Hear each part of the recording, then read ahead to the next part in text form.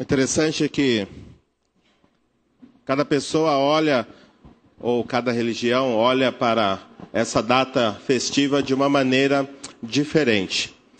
Sabemos que hoje o comércio, hoje não, mas durante o mês vendeu muito ovo de Páscoa e se falou muito de coelho da Páscoa. E é uma data onde as pessoas compram presentes, chocolates, bombons e fazem coisas que, se você olhar ao fundo, não tem nada a ver com a Páscoa do Senhor Jesus. O que é verdadeiramente a Páscoa? Eu fico pensando, às vezes as pessoas ficam brigando e defendendo quem que é melhor, fulano ou ciclano. Quem fez mais, fulano, esse ou aquele. E quando eu começo a pensar na grandeza de Jesus, na obra dele, naquilo que ele fez, nós temos que chegar à conclusão que não existe ninguém maior do que ele, ninguém que possa se comparar a ele, ninguém que é digno de receber a atenção e a adoração que ele merece. E quando olhamos para Jesus e todos os outros líderes religiosos e todos os grandes homens da face da terra, eu pergunto, qual é a maior diferença entre Jesus e qualquer outro ser humano, por mais grandiosa que seja a obra que essa pessoa tenha feito? Qual é a maior diferença entre Jesus e Buda? Qual a maior diferença entre Jesus e Maomé? Entre Jesus e Allan Kardec? Entre Jesus e qualquer outro ser humano, qual é a maior diferença? É que se você for até o túmulo de Buda, o que você vai encontrar ali? Ossos podres. De Maomé, ossos podres. Allan Kardec, ossos podres. E de qualquer outro grande homem que já viveu aqui na face da terra, de Alexandre o Grande, que não é tão grande, porque morreu também, ossos. E todos os outros grandes homens que fizeram feitos extraordinários, todos os túmulos estão cheios de ossos podres. Mas se você for ao túmulo de Jesus, o que você vai encontrar ali? Nada. O túmulo de Jesus está vazio. Por quê? Porque ele ressuscitou. É interessante, todos os líderes religiosos prometeram vida eterna, vida abundante, mas eles mesmos não possuem a própria vida em si mesmos. E quando olhamos para Jesus, ele prometeu vida e vida abundante. E para provar que ele tinha vida e vida abundante, nós sabemos que ele morreu sim. Mas não que a morte dominou ele, mas ele entregou a própria vida. E o texto diz, a morte não poderia detê-lo, porque ele é o autor da vida. Ele morreu, mas ao terceiro dia, ele ressurgiu, ele ressuscitou. E é o que diz o texto de 1 aos Coríntios, capítulo 15. Vamos ler esse texto? 1 aos Coríntios, capítulo 15. Um capítulo inteiro que fala a respeito da ressurreição. Mas nós vamos ler os versos de 1 a 4. Vamos nos pôr de pé? Acho que já ficamos bastante tempo sentados, né? Vamos nos pôr de pé para ler a palavra de Deus?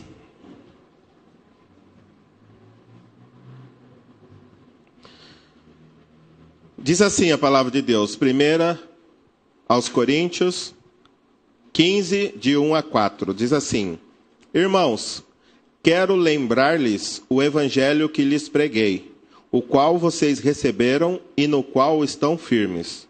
Por meio deste evangelho vocês são salvos, desde que se apeguem firmemente à palavra que lhes preguei. Caso contrário, vocês têm crido em vão. Pois o que primeiramente lhes transmiti foi o que recebi, que Cristo morreu pelos nossos pecados, segundo as Escrituras. Foi sepultado e ressuscitou no terceiro dia, segundo as Escrituras. Oremos. Pai, te agradecemos por tudo aquilo que já ouvimos aqui. pelo louvor dado ao teu nome. E agora pedimos que o Senhor fale aos nossos corações através da tua palavra. Em nome de Jesus. Amém. Podemos assentar? Interessante que nós, seres humanos, temos memória curta, mas muito curta mesmo. A gente se esquece facilmente de coisas muito importantes que não devem ser deixadas para trás. Lembra quando o nosso antigo presidente Collor foi cassado?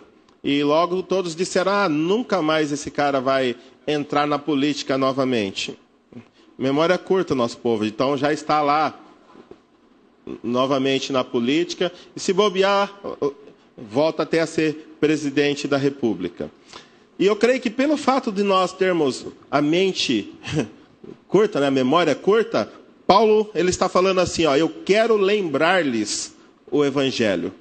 Nunca é demais lembrar as coisas que Deus fez para nós. Por isso ele começa, eu quero lembrar-lhes o Evangelho que lhes preguei.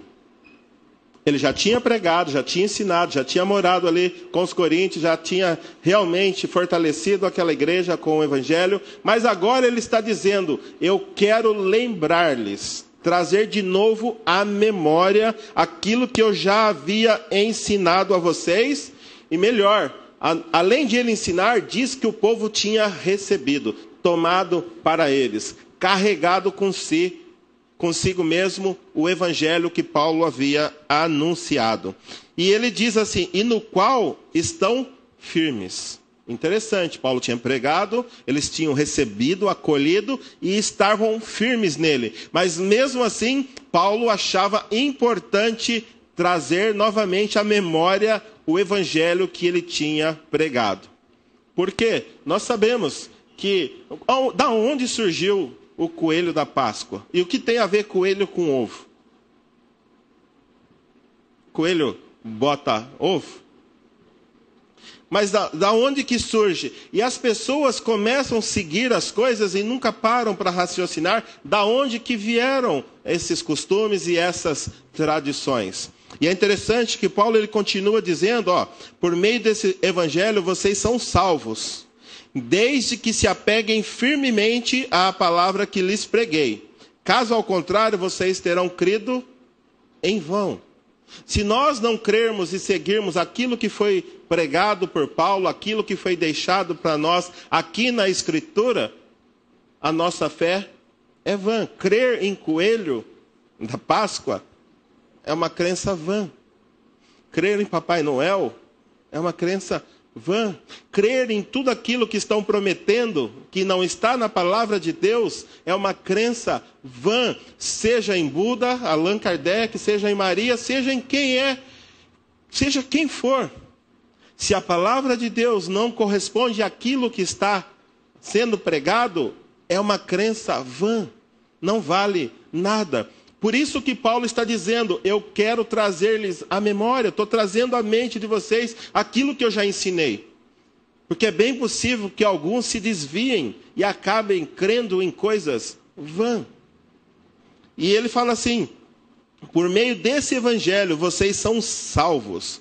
Ou seja, libertos das garras do inferno, libertos das garras de Satanás. Transportado do reino das trevas para o reino da luz, por meio do evangelho. Mas desde que vocês se apeguem firmemente à palavra que preguei. Todo aquele que crê no evangelho tem a vida eterna. E qual é este evangelho? O que é o evangelho? O evangelho seria uma promessa de ficar rico aqui na face da terra? O evangelho seria uma promessa de cura? O evangelho seria uma promessa de você se tornar um empresário e ter 3, 4, 5 empresas, carros do ano? Isso seria o evangelho? E parece que Paulo jamais mencionou essas coisas quando pregava o evangelho.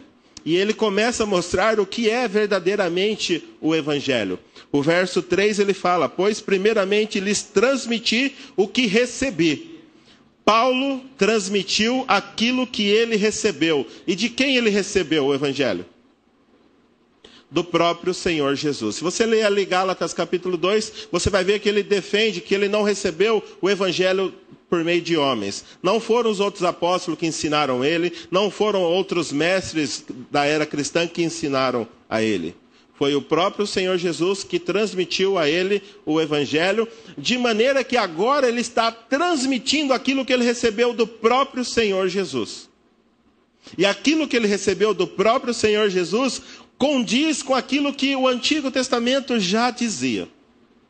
E ele começa a dizer assim: pois o que primeiramente lhes transmiti foi o que recebi, que Cristo morreu pelos nossos pecados.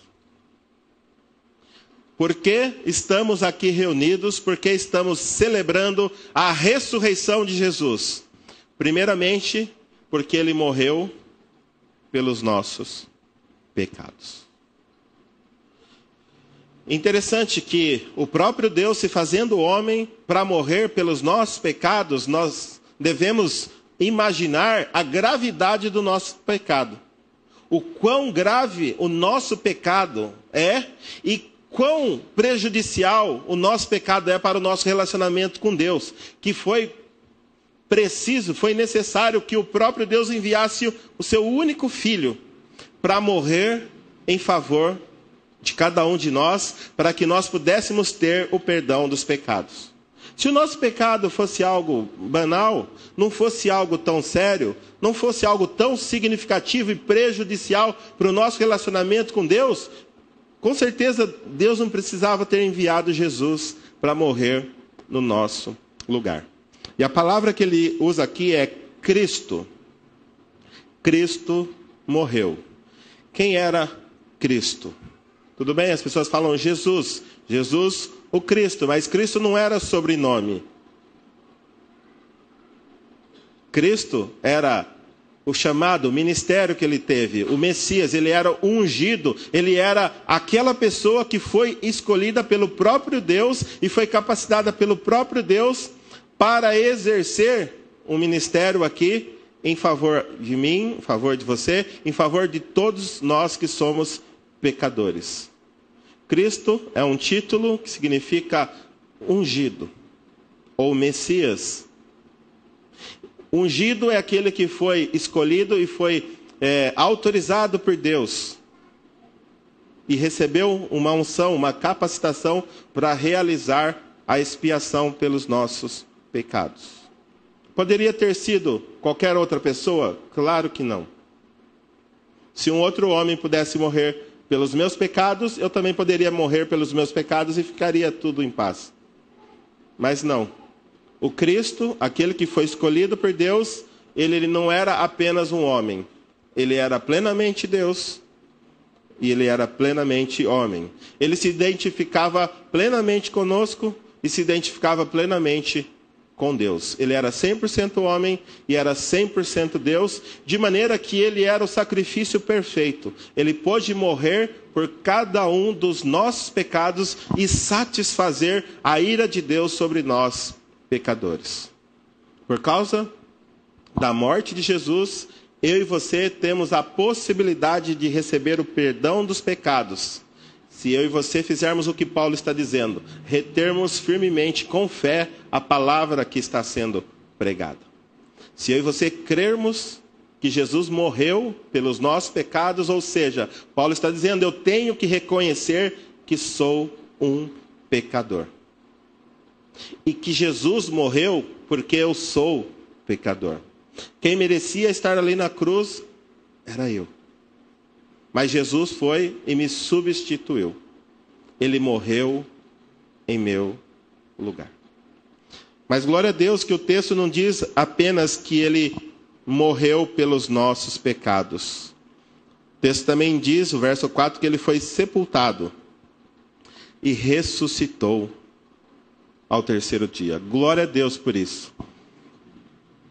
Porque todos os outros líderes prometeram grandes coisas que nem eles mesmos tinham.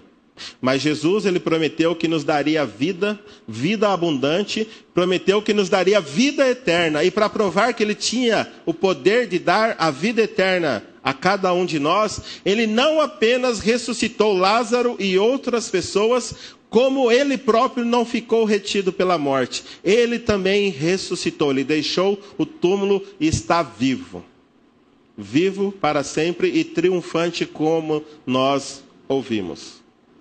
Jesus prometeu a vida eterna e para provar que ele era capaz de nos dar a vida eterna, ele ressuscitou outros e ele próprio ressuscitou. E essa notícia deve trazer grande esperança ao nosso coração. Jesus ressuscitou e todos aqueles que creem e que retêm essa verdade consigo fielmente, a Bíblia diz que também um dia ressuscitará e estará com ele para todo sempre. Se você continuar lendo esse capítulo 15 de 1 aos Coríntios, você vai ver que Paulo fala muito a respeito de que é necessário que esse corpo mortal que nós temos se revista da imortalidade. Que nós sejamos transformados para poder então herdar o reino de Deus e a vida eterna.